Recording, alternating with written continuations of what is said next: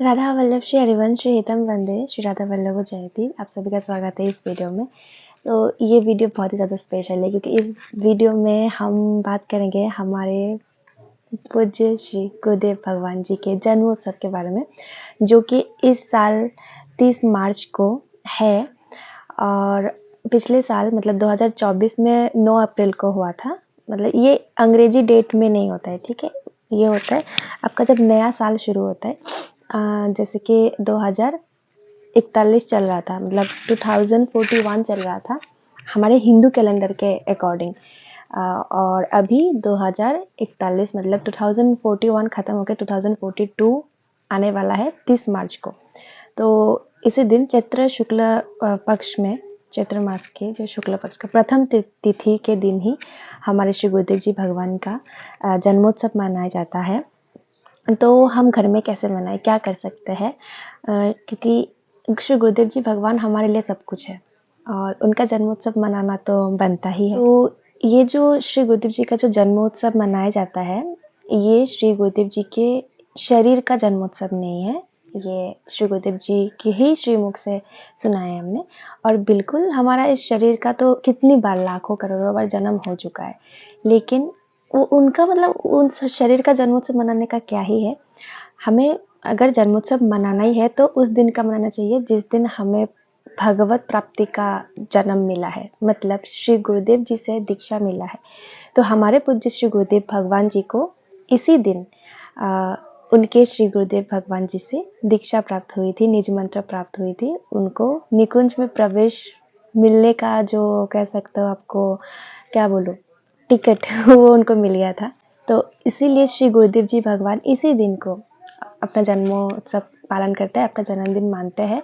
और जिस दिन हमारा गुरु दीक्षा होता है वही दिन हमारा रियल वाला जन्मदिन है। बाकी तो ये शरीर का होता है, गुरु दीक्षा वाला दिन ही हमारा रियल जन्मोत्सव है, क्योंकि उस दिन हमारा नया जन्म होता है। हमको उस दिन हमारा अस्तित्व के बारे में, हमारे मार्ग के बारे में, हमारे लक्ष्य के बारे में, और हमारे सबसे इम्पोर्टेंट बात है हमारी आत्मा, हमारे आत्मा की उद्धार के बारे में हमको पता लगता है श्री गुरुदेव जी भगवान की कृपा से। तो हमारे पूज्य श्री गुरुदेव जी भगवान का जन्मदिन उसी दिन हुआ था। तो इस बार ये 30 मार्च को होने वाला है। तो अभी तक तो राधा के निकुंज, वहाँ से हमारे श्री गुरुदेव जी के आश्रम से वहाँ पे ऑलरेडी उत्सव शुरू हो चुका है। और वहाँ पे इस बार एक नया नियम किया है कि अलग अलग जगह के अनुसार, मतलब अलग अलग स्टेट्स के अनुसार भक्तों का अलग अलग डेट दे दिया है कि इस तारीख पे इस जगह के भक्त आ सकते हैं, नहीं तो ज़्यादा भीड़ होती है। तो हमारे श्री गुरुदेव जी के स्वास्थ्य की तरफ नज़र रखते हुए ऐसा नियम किया गया है। पर हम जो इतना दूर रहते हैं, जो हम जा नहीं पाएंगे उनके जन्मोत्सव मनाने के लिए या उनके जन्मोत्सव में उनके दर्शन करने के लिए, जो लोग जा रहे हैं उनका तो क्या ही बोले, असीम कृपा है। तो भी हमें दुखी नहीं होना है, क्योंकि गुरुदेव भगवान सबके हृदय में रहते हैं और हमारे हृदय में भी श्री गुरुदेव जी भगवान है। तो हम कैसे मना सकते हैं? सबसे पहले बात तो हम अपने अपने सामर्थ्य के अनुसार हम अपने श्री गुरुदेव जी भगवान के जन्मोत्सव को मनाएं। तो मैंने ये वीडियो इसलिए नहीं बनाया कि मैं ये बताऊँ आप ये करो, वो करो, ये करो, वो नहीं। मैंने आपको ये वीडियो इसलिए बनाया ताकि जिन जिन लोगों को पता नहीं है कि श्री गुरुदेव जी की इस साल जन्मदिन कब है, तो उनको पता लगे और वो अपने सामर्थ्य के अनुसार जो भी हो वो करें जन्मोत्सव को, मतलब सेलिब्रेट करने के लिए। उस दिन वहाँ पे क्या किया जाएगा मुझे इतना तो नहीं पता है, पर थोड़ा बहुत पता है कि सबको मतलब नए पोशाक पहनाए जाएंगे प्रियालाल जी को, और बहुत सुंदर तरीके से डेकोरेशन वगैरह तो क्या ही बोले, वो तो आप वीडियो में देखते ही हो। बहुत सुंदर तरीके से सब कुछ सजाया जाएगा जिससे हमारे श्री गुरुदेव जी के मन को बहुत ही आनंद मिले। तो हम भी अपने घर में अपने ठाकुर जी को बहुत अच्छी तरीके से, अपने श्री जी को, अपने ठाकुर जी को, जिनके घर में जो सेवा है वो उनको बहुत अच्छी तरीके से श्रृंगार वगैरह कराए, और हो सके तो नए वस्त्र पहना, खुद भी अच्छी तरह से श्रृंगार करें। ऐसा नहीं कि ओवर मेकअप करें, वो भी नहीं है, जितना ज़रूरी है उतना करें। भोग में स्पेशली खीर बनाए, क्योंकि जन्मोत्सव में खीर ना हो तो जन्मदिन तो अधूरा रहता है। इसलिए गुरुदेव को उद्देश्य मानकर कि ये हम अपने गुरुदेव के जन्मदिन के लिए ये प्यारा सा भोग लगा रहे हैं, वो ठाकुर जी को भोग लगाए। अपने श्री जी को भोग लगाए। और सबसे ज़्यादा इम्पोर्टेंट बात जो हमें करना है वो है राधा नाम का जाप तो करना ही है, राधा नाम का कीर्तन करना है ज़ोर-ज़ोर से। तो आप फ़ोन पे ही या फिर घर में अगर स्पीकर वगैरह है, होम थिएटर वगैरह है, तो उन सब में आप राधा नाम का संकीर्तन लगा दीजिए। मतलब राधा, राधा, राधा पूरा दिन राधा नाम सुनिए और सब कुछ श्री गुरुदेव जी भगवान के लिए मतलब उनके लिए अर्पण कर दीजिए। और हम सभी एक साथ मिलके ये प्रार्थना करते हैं कि हमारे गुरुदेव जी भगवान को हम सबका मतलब उम्र लग जाए। वैसे भी वो हमारे लिए भगवान ही है, मतलब भगवान ही है वो हमारे। तो वो हमेशा हमेशा रहे हमारे पास, ये हम हमेशा चाहते हैं। वैसे तो वो यहाँ होते हुए भी वो निकुंज में है, पर फिर भी प्रकट रूप में भी हमारे पास रहे सदैव, ये हम सबकी इच्छा है। तो इसीलिए हम ज़्यादा से ज़्यादा नाम जप करें, नाम कीर्तन करें, राधा नाम का जाप करें, राधा नाम का कीर्तन करें और हमारी श्री जी से ये प्रार्थना करें कि हमारे श्री गुरुदेव जी भगवान को प्रकट रूप में और साल हमारे पास रख ले, चाहे हमारी उम्र ले ले, पर उनको रख ले हमारे पास।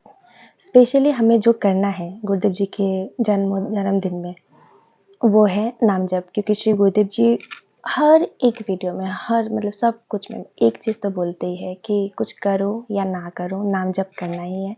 इसलिए उस दिन हमें ज़्यादा से ज़्यादा जितना हो पाए ऐसा भूल जाओ कि आप नॉर्मल डेज में कितना जाप करते हो, उसको भूल जाओ। आपको बस इतना अपने दिमाग में दिल में रखना है कि ज़्यादा से ज़्यादा बहुत ज़्यादा नाम जप करना है, बहुत ज़्यादा। और सब कुछ श्री गुरुदेव जी भगवान के उद्देश्य में करना है, उन्हीं के लिए करना है।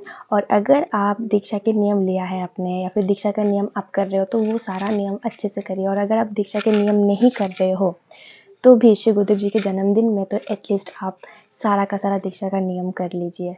आपको इतना ज़्यादा आनंद की अनुभूति होगी जो कि आप खुद ही मतलब बोल के बयान नहीं कर सकते।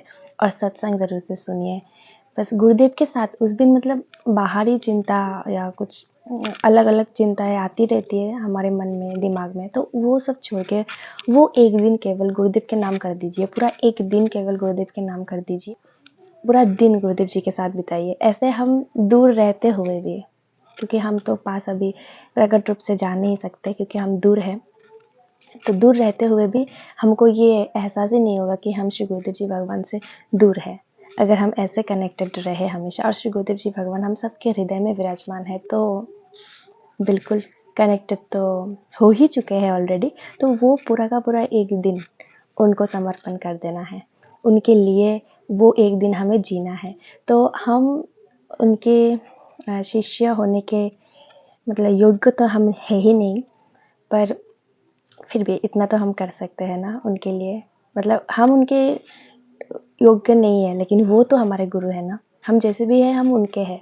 तो इसीलिए हमारे जीवन का ये एक दिन, वैसे तो सारा का सारा दिन पूरा का पूरा मतलब जितना भी जीवन का दिन है, जितना भी हम सांस लेते हैं, सब कुछ श्री गुरुदेव जी का देन है, उन्हीं की कृपा से है और हमारा पूरा जीवन उन्हीं का है।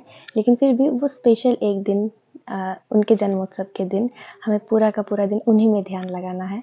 जब भी हम नाम जप करो तो भी उन्हीं का ध्यान करो, उनका चित्र अपने सामने रख लो, उन्हीं के तरफ देख के नाम जप करो और सब कुछ श्री जी को मतलब अर्पण कर दो कि श्री गुरुदेव जी भगवान के उद्देश्य से हमने ये क्या है, बस यही। और मतलब कुछ चाहने की कुछ है ही नहीं, बस यही कि श्री गुरुदेव जी भगवान ऐसे ही हम सबके ऊपर कृपा बनाए रखे।